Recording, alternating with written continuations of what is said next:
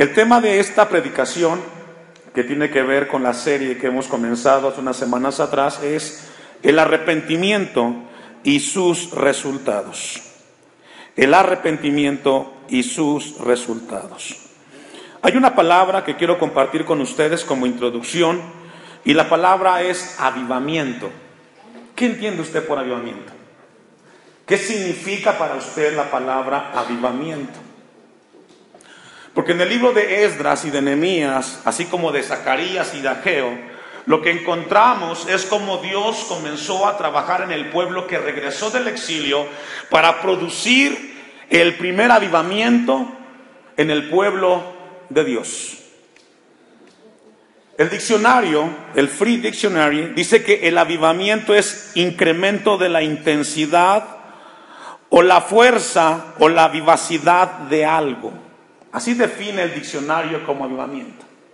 La intensidad de algo, el incremento de algo, la vivacidad de algo.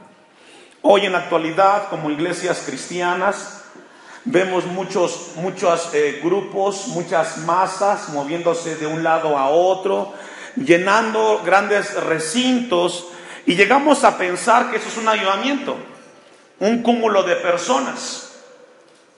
Podemos ver estadios, teatros, y pensamos que la gente que está ahí cantando, levantando sus manos, llegamos a pensar que eso es un avivamiento. Según la Biblia no lo es. Ese es un grupo de personas que están en un lugar alabando y con las emociones al máximo. Pero la gran mayoría no han logrado experimentar lo que la Biblia ha definido lo que es el avivamiento. Enfrentamos un momento difícil como cristianos en el siglo XXI, que nos cuesta diferenciar lo que es un avivamiento de Dios en la vida del creyente. Y hemos intentado redefinir lo que es avivamiento. Hoy más que nunca experimentamos cómo el hombre se esfuerza en redefinir las cosas de Dios. Y se nos olvida al cristiano del siglo XXI que la iglesia tiene más de 2000 años de existencia y que tiene una historia, y no podemos olvidar la historia de la iglesia que nace en el primer siglo con el libro de los Hechos. No podemos redefinir lo que Dios ya estableció, sino que tenemos que regresar a la palabra para entender cómo Dios creó, avivó a su pueblo en ese momento, y en el tiempo presente tenemos que regresar nosotros a esos principios. El libro de Esdras es un libro sumamente profundo. La semana pasada nos quedamos en el capítulo 5 y logramos ver cómo el pueblo, después de que fue confrontado por Ageo, esas palabras de Ageo profundizaron en el pueblo de tal manera que produjo en ellos arrepentimiento y obediencia. Fue lo que encontramos en el capítulo 5. Fueron mandadas unas cartas al rey Asuero, produjo desánimo en el pueblo, se suspendió la obra 16 años, hasta que Dios levantó la voz del profeta Ageo y profeta Zacarías para reanimar al pueblo a construir, a reedificar el templo. Esdras capítulo 5, versículo 3, vamos a ir un poco de contexto. Tenemos que esta mañana lo que Dios quiere es que revisemos ¿cuál fue el impacto, el resultado del arrepentimiento que produjo después de haber escuchado el pueblo el mensaje de Ageo y de Zacarías? Para que esta mañana nosotros podamos entender qué significa avivamiento en nuestras vidas. Y la pregunta que surge después de concluir Esdras 5, ¿qué sucedió después de que el pueblo se arrepintió? ¿Qué acciones tomó para reedificar el templo? Esdras 5:3 dice: en aquel tiempo vino a ellos Tabnai, gobernador del otro lado del río, y Setar-Boznai y sus compañeros, y les dijeron: ¿quién nos ha dado orden para edificar esta casa y levantar estos muros? Ahora el gobernador viene frente al pueblo y les preguntan y les dicen: ¿quién les dio la autorización para que ustedes se reedifiquen el pueblo? Recordemos que se suspendió por 16 años. Y vemos a los ancianos, a los líderes, intentando otra vez reedificar lo que Dios le encomendó al pueblo que hiciera. Versículo 4. Ellos también preguntaron cuáles son los nombres de los que hacen este edificio. Y vemos al pueblo de Dios ahora siendo confrontado por el gobernador Tatnai. Versículo 5 dice: mas los ojos de Dios estaban sobre los ancianos de los judíos y no les hicieron cesar hasta que el asunto fuese llevado a Darío, y entonces respondieron por carta sobre esto. Y lo que vemos en estos versículos es de que se hizo una investigación. Tatnai en ese momento quiso detener la obra, mandó unas cartas a Darío. Quería que la obra de restaurar el pueblo se detuviera. Pero encontramos a los ancianos del pueblo, los cuales continuaron con la obra, según el versículo 5 que hemos leído. Y el capítulo 6 inicia cuando esas cartas son enviadas a Darío y la respuesta de Darío. Recordemos que cuando el pueblo viene del exilio a Jerusalén, ¿quién estaba como rey? ¿Se recuerda? Esdras 1. ¿Quién era? Ciro. Cuando el pueblo regresa, es Ciro el rey el que da la orden, la autorización para que el pueblo regrese del exilio. Pero ya no está Ciro. Ahora ¿quién está? Darío. Han pasado más de 20 años. Y el gobernador que dio los permisos ya no está al frente, ahora está otro rey, y el rey es Darío. Y es así como el capítulo 6 de Esdras continúa o inicia con la decisión del rey Darío en respuesta a las cartas encabezadas por Tatnai. Versículo 7 de Esdras 6.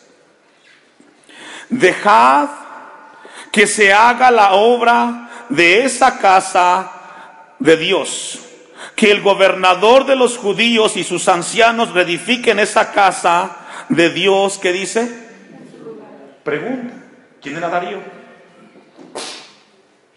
¿Quién era Darío para que, no estando ya en vida Ciro, diera la orden de que el pueblo continuara con la reedificación? Darío era un rey pagano. Él no era judío, ni conocía de Dios, ni le interesaban las cosas de Dios.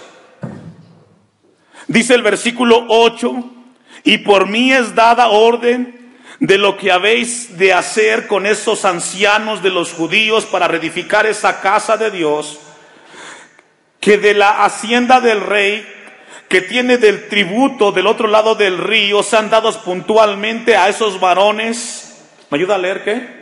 Los gastos, para que no cese, ¿qué dice? La obra.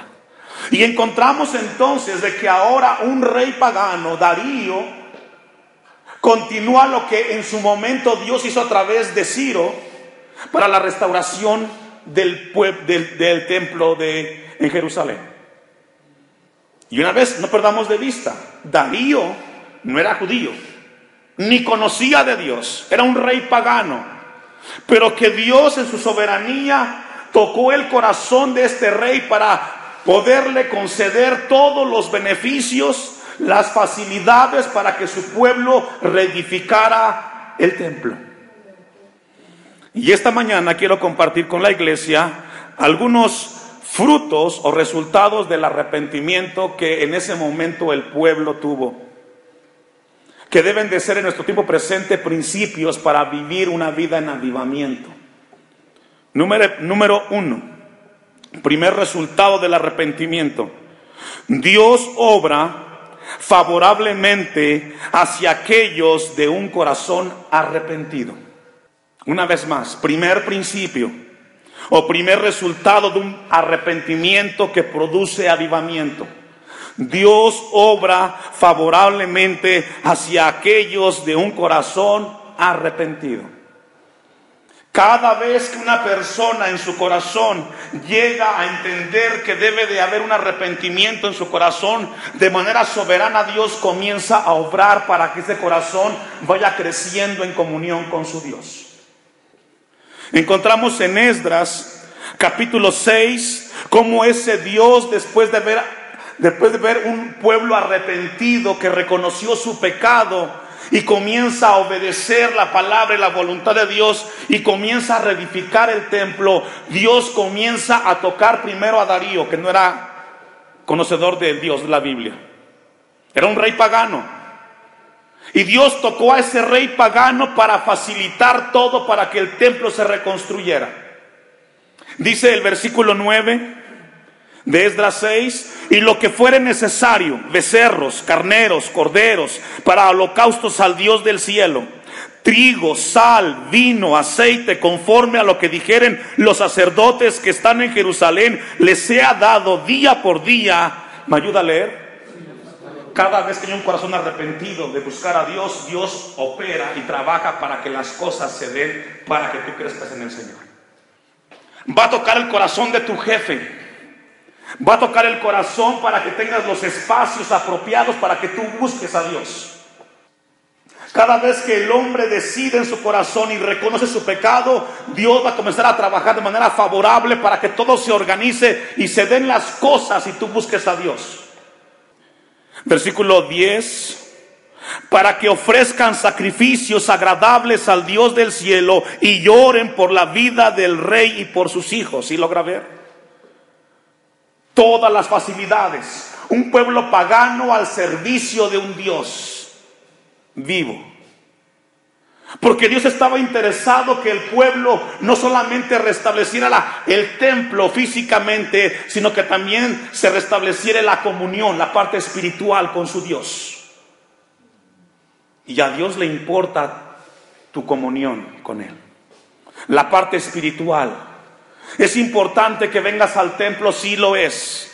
Es importante que vengas y asistas, pero es más importante que en tu vida exista comunión con el Dios de la Biblia. Que tengas un tiempo de devoción a solas con Él. Que conozcas la voluntad del Dios de la Biblia. La parte espiritual es importante. Y podemos continuar hasta el versículo 15 de Esdras 6. Pero déjeme tocar algunos pasajes solamente.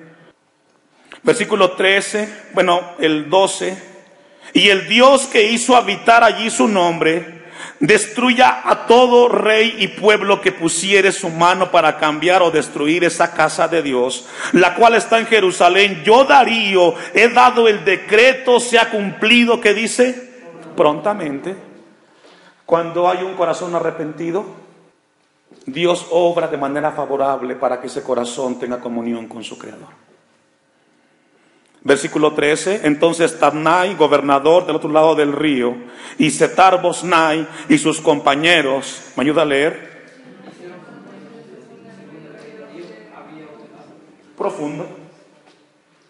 Profundo. Tatnai estaba opuesto a que se restableciera el templo.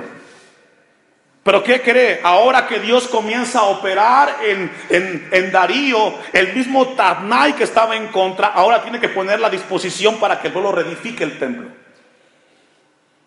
De manera soberana, Dios comienza a obrar para que comience un avivamiento en su pueblo. Segundo principio que encontramos como resultado de un arrepentimiento del pueblo es que Dios produce un despertar a una acción. Un arrepentimiento que encontramos en Esdras, un resultado de ese arrepentimiento es de que se debe de producir un despertar a una acción.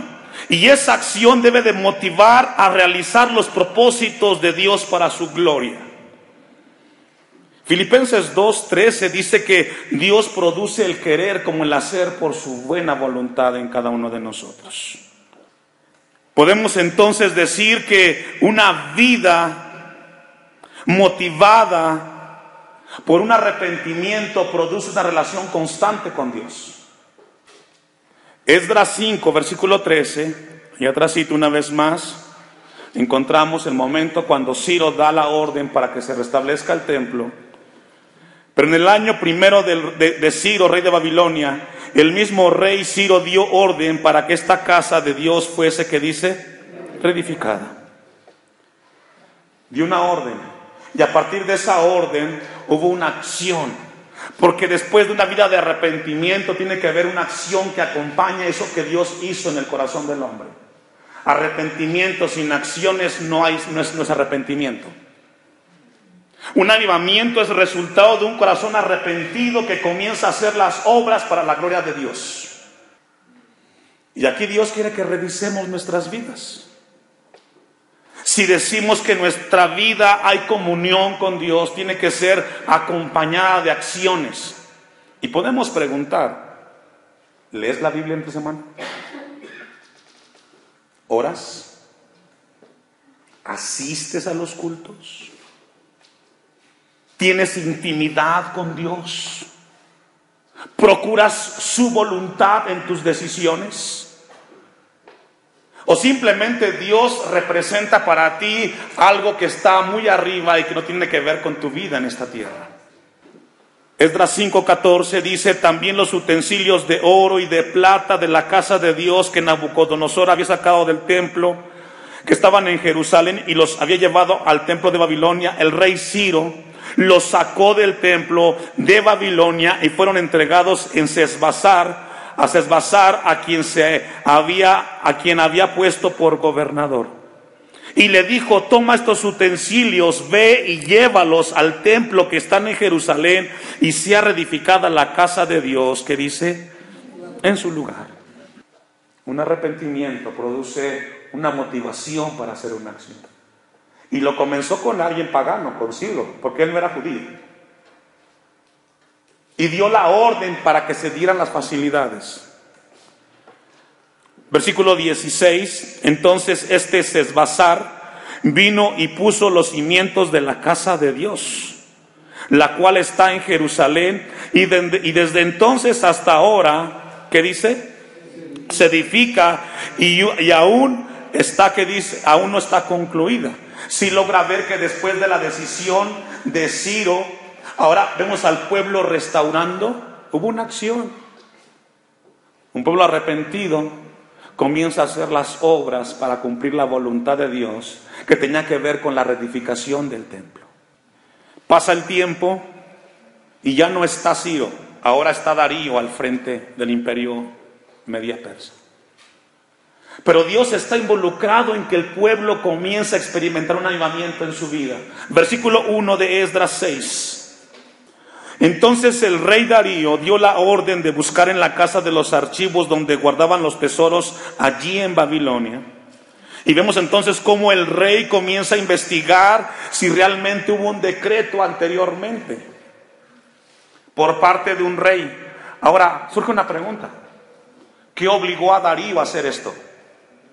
Ya estaba muerto Ciro. ¿Qué interés tenía Darío de que pudiera respetar la orden del rey que antecedió? Ya no estaba. El que sí estaba era Dios, y estaba interesado en su pueblo, como lo está el día de hoy. Dios está interesado en el siglo XXI que su pueblo tenga en su vida un verdadero avivamiento en su corazón. Por eso nos habla esta mañana, para regresar al pasado y ver cómo Dios obró en el pasado, porque ese mismo Dios obrará en el presente, en cada corazón arrepentido que desea buscar su voluntad. Surge una pregunta: ¿de dónde sale la motivación para realizar esa acción que habla el segundo principio? ¿De dónde sale la motivación para realizar la acción como resultado del arrepentimiento? La respuesta es de que Dios movió el corazón de Ciro y de Darío para que contribuyeran para la reedificación del templo. Tercer resultado del arrepentimiento del pueblo: Dios pone gracia en el corazón del otro, hasta el punto que la oposición se convierte en contribución. Tatnai estaba en contra de que se reedificara el templo, pero pasan las circunstancias y el mismo Tatnai se convierte en esa persona que ayudaría al pueblo a la restauración del templo. Esdras 6:9 nos dice todo lo que se ofreció o se le facilitó al pueblo. Voy a Esdras 6, Versículo 9 una vez más. Y lo que fuere necesario, becerros, carneros, corderos, para holocaustos al Dios del cielo, que tiene que ver con los sacrificios en el templo. Trigo, sal, vino y aceite, conforme a lo que dijeron los sacerdotes. Y vemos entonces que los sacerdotes, la parte espiritual, estaba interesada en la restauración espiritual del pueblo. Que están en Jerusalén, les sea dado día por día sin obstáculo, para que ofrezcan sacrificios agradables al Dios del cielo y lloren por la vida del rey y por sus hijos. También por mí es dada orden. Y vea esta orden que da Darío, tremenda y profunda. Versículo 11. También por mí es dada orden que cualquiera que altere este decreto, se le arranque un madero de su casa y alzado sea colgado en él y su casa sea hecha muladar por esto. Si alguien quiere obstaculizar mi decreto, dice Darío, que lo cuelguen de un madero. Porque tiene que restaurarse el templo del Dios de la Biblia. Si alguien quiere oponerse a lo que yo decreto, que el pueblo de Dios busca a su Dios, que paren un madero y lo cuelguen de ahí. Porque cada vez que Dios está involucrado en un pueblo, para que ese pueblo tenga avivamiento en su corazón, va a ser hasta lo que tú menos te imaginas, porque Él está interesado en que su pueblo tenga comunión con su Dios. Eso es profundo. Mucha gente a veces se opone para que usted y yo busquemos a Dios. Pero ¿sabe quién es el mayor obstáculo para que en su vida haya un avivamiento? ¿Sabe quién es? Usted mismo. Su apatía, su incredulidad, su desánimo. El mayor obstáculo que tiene el cristiano de hoy para que en su vida tenga comunión con su Dios es su misma apatía, su desdén. Eres tú el responsable de que en tu vida no haya avivamiento de Dios.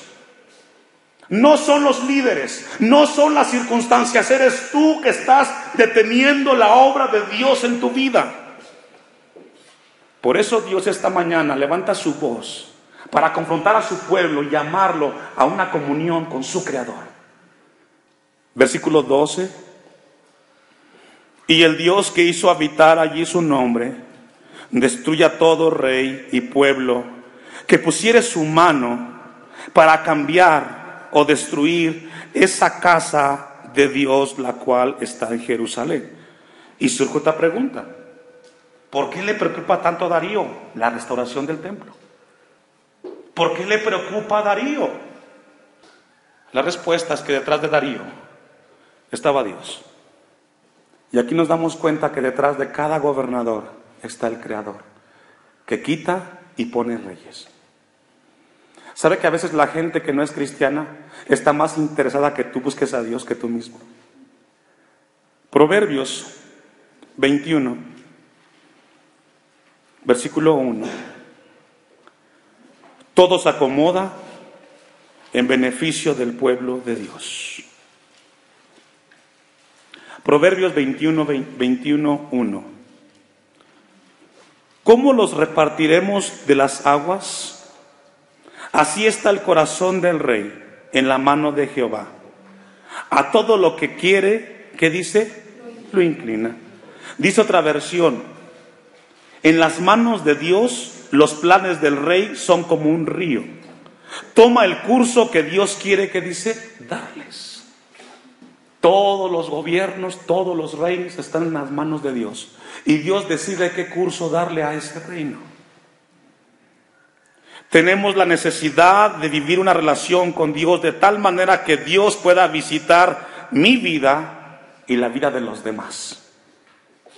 Tenemos una gran necesidad en nuestras vidas de una relación con Dios para que Dios pueda visitar nuestras vidas y la vida de otros.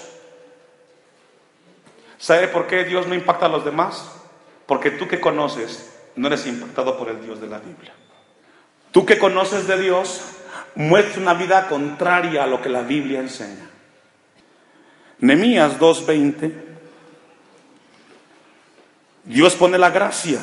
Dios puso gracia en el pueblo para que el rey trabajara a favor del pueblo.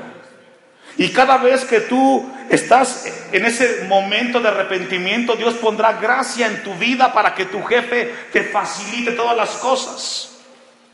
Y aún hay momentos o ejemplos extremos. Tú eres tu jefe y no tienes el deseo y la voluntad de buscar a Dios. Nehemías 2:20. Y en respuesta les dije: el Dios de los cielos, Él nos prosperará y nosotros sus siervos nos levantaremos. ¿Y qué? El Dios producirá el querer como el hacer. Él trabajará en mi vida espiritual y yo me levantaré a reedificar mi comunión con Dios. Lo que hace falta y lo que Dios quiere despertar esta mañana en nuestras conciencias es que revisemos cómo está nuestra relación con Dios. ¿Cómo está nuestra comunión? A veces estamos más preocupados por nuestra reputación. ¿Qué piensa la gente de mí? ¿Qué piensan los demás de mi vida cristiana? No, deja de pensar eso. Mejor recuerda, ¿qué piensa Dios de ti? Porque a Dios le importa más tu carácter que tu reputación. Josué 1:8 dice: nunca se apartará de tu boca este libro de la ley, sino que de día y de noche meditarás en él, para que guardas y hagas conforme a todo lo que en él está escrito, porque entonces harás prosperar tu camino y todo te saldrá bien. Los ancianos del tiempo de Esdras tuvieron éxito porque siempre hubo en su vida un corazón arrepentido. Si tú quieres ver en tu vida realmente éxito de Dios, tiene que vivir en un corazón arrepentido, iglesia. Último principio del arrepentimiento. Es muy importante. Cuarto fruto del arrepentimiento, cuarto resultado, es que el gozo no es más que el resultado de vivir en la voluntad y comunión con Dios. Cuando hay un corazón arrepentido realmente con su Dios, comienza a experimentar el gozo del Señor. Y déjeme decirle que el gozo es muy diferente a la alegría. La alegría va regularmente ligada a las emociones del alma. Si el trabajo va bien, si hay buenas ganancias, si las cosas en la casa están muy bien, estoy contento. Pero si eso se altera, entonces me siento triste, desanimado. El gozo va ligado al espíritu. Y el gozo no es más que el resultado de una comunión constante con Dios, que por encima de las circunstancias tengo la paz de que Dios tiene control de mi vida y de todos los demás. El gozo es una experiencia a nivel del espíritu, que aunque no tengo trabajo, tengo paz, porque Dios tiene control de mí. Aunque mis hijos están lejos de Dios y no quieren buscar de Dios, sé que Dios tiene control de ello. Y lejos de angustiarme y alejarme de Dios, estoy buscando de Él. El pueblo de Dios comenzó a experimentar el gozo del Señor. Hoy nos hace falta identificar en el siglo XXI qué significa el gozo del Señor. Porque el gozo del Señor, según Nehemías, capítulo 8, versículo 10, nos habla del tema del gozo. Y si quiere una definición de gozo, déjeme darle esta definición que encontré en la Biblia. El gozo es una actitud, es un deleite en y a través de la obra de Cristo. Eso es gozo.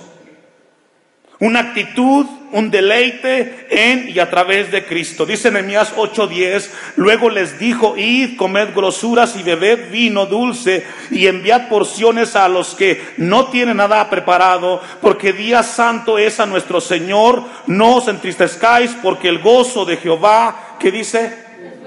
Según Nehemías 8:10, la fuente del gozo, ¿quién es? Dios. Según Nehemías 8:10, ¿dónde nace el gozo? En Dios. Y entonces, ¿qué significa eso? Que cuando tú pierdes el gozo es porque tú te separaste de Dios, te distanciaste de Dios. Dejas de sentir el gozo del Señor porque entonces ya no hay comunión con Dios. El hombre cristiano pierde el gozo del Señor cuando dejó de buscar a Dios. No es tu trabajo el que te quita el gozo. No es la enfermedad la que te quita el gozo. No es las malas circunstancias que te quitan el gozo. El gozo lo pierde, iglesia, cuando usted se separa de la comunión con su Dios. Si tú quieres buscar el gozo del Señor, acércate a tu Creador. Ten comunión con Él. Dice Esdras 6:16 y 6:22. Vamos a ir concluyendo. Entonces los hijos de Israel, los sacerdotes, los levitas y los demás que habían venido de la cautividad, hicieron la dedicación de esta casa de Dios, ¿cómo? Con gozo. El arrepentimiento produjo comunión con Dios. Ahora sí nos gozamos. Ahora sí nos gozamos. Dice el 22, y celebraron con regocijo la fiesta solemne de los panes sin levadura 7 días. ¿Cuántos días? 7. Porque el gozo es perpetuo. No es un día, no son 2 horas, no son 4 horas, es constante. Porque ahora el gozo está en la comunión con tu Creador y no importa las circunstancias, tú estás tranquilo y en paz porque Dios tiene control de las cosas. Por cuanto Jehová los había, ¿qué dice? Alegrado. ¿Quién alegró al pueblo? Dios. No fue una predicación motivacional, fue la palabra de Dios predicada a través del profeta Ageo y Zacarías. Y habían vuelto el corazón del rey de Asiria hacia ellos. ¿Por qué hubo gozo? Porque Dios tocó a Darío y facilitó todas las cosas para su restauración. Y cada vez que el pueblo de Dios experimenta restauración, hay gozo. Para fortalecer sus manos en la obra de la casa de Dios, del Dios que dice, los judíos reconocieron que Dios hizo volver el corazón del rey Darío en favor de ellos. 16 años se detuvo la obra. Pero eso no fue una limitante para experimentar el gozo del Señor. Concluyo con esto. ¿Cuántos años o cuánto tiempo hace que no experimentas en tu vida el gozo del Señor? ¿Cuánto tiempo hace, iglesia, que en tu vida no sientes el gozo? Cantas, pero no sientes lo que cantas. Estás cantando y de repente te distraes tan fácilmente. Oras y te da sueño. Lees la Biblia y te da sueño. Ir al templo lo sientes tedioso y cansado. ¿Sabes por qué? Porque en tu vida hace falta el gozo del Señor. Dios nos desafía esta mañana a restaurar nuestra comunión con Él. Póngase de pie y vamos a darle a Dios gracias.